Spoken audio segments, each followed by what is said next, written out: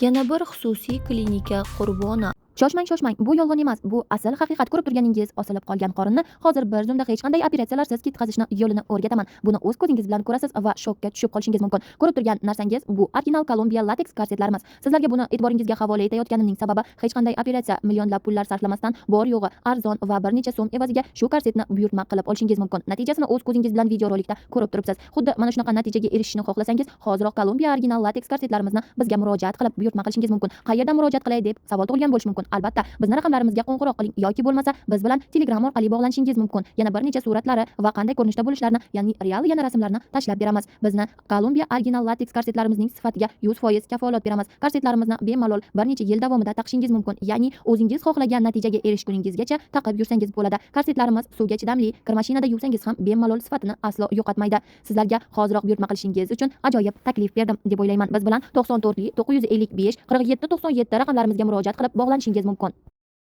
Assalomu alaykum hurmatli tomoshabin, tezkor va so'nggi xabarlarni kanalimizda muntazam kuzatib boring. Prokuratura xodimi xususiy klinikada burnini operatsiya qildirgach vafot etdi.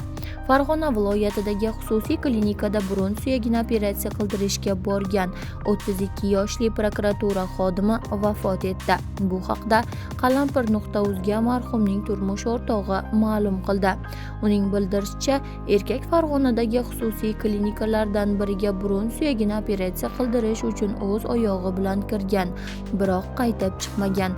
Nahotki sog'lom odam doktor xatosi bilan hayotdan ketishi mumkin. 3 farzandim otasiz qoldi, deydi erkakning turmush o'rtog'i o'z murojaatida. Qalampir.uz voqeaga aniqlik kiritish maqsadida Bosh prokuratura matbuot kotibi Hayot Shamsuddinov bilan bog'landi. Uning bildirishicha, mazkur holat yuzasidan Farg'ona viloyati prokuraturasi tomonidan tergovga qadar tekshiruv o'tkazilmoqda. Tekshiruv harakatlari har tomonlama to'liq va xolisona o'tkazilishi va natijasida bo'yicha qonuniy qarorlar qabul qilinishi ta'minlanadi. Ma'lumot uchun, marhum ismlari qisqartirilgan iqtisodiy jinoyatlarga qarshi kurashish departamenti Farg'ona viloyati boshqarmasi tezkor bo'limi tezkor vakili lavozimida ishlagan. Tezkor va so'nggi xabarlarni kanalimizda kuzatib boring. Xayr, salomat bo'ling.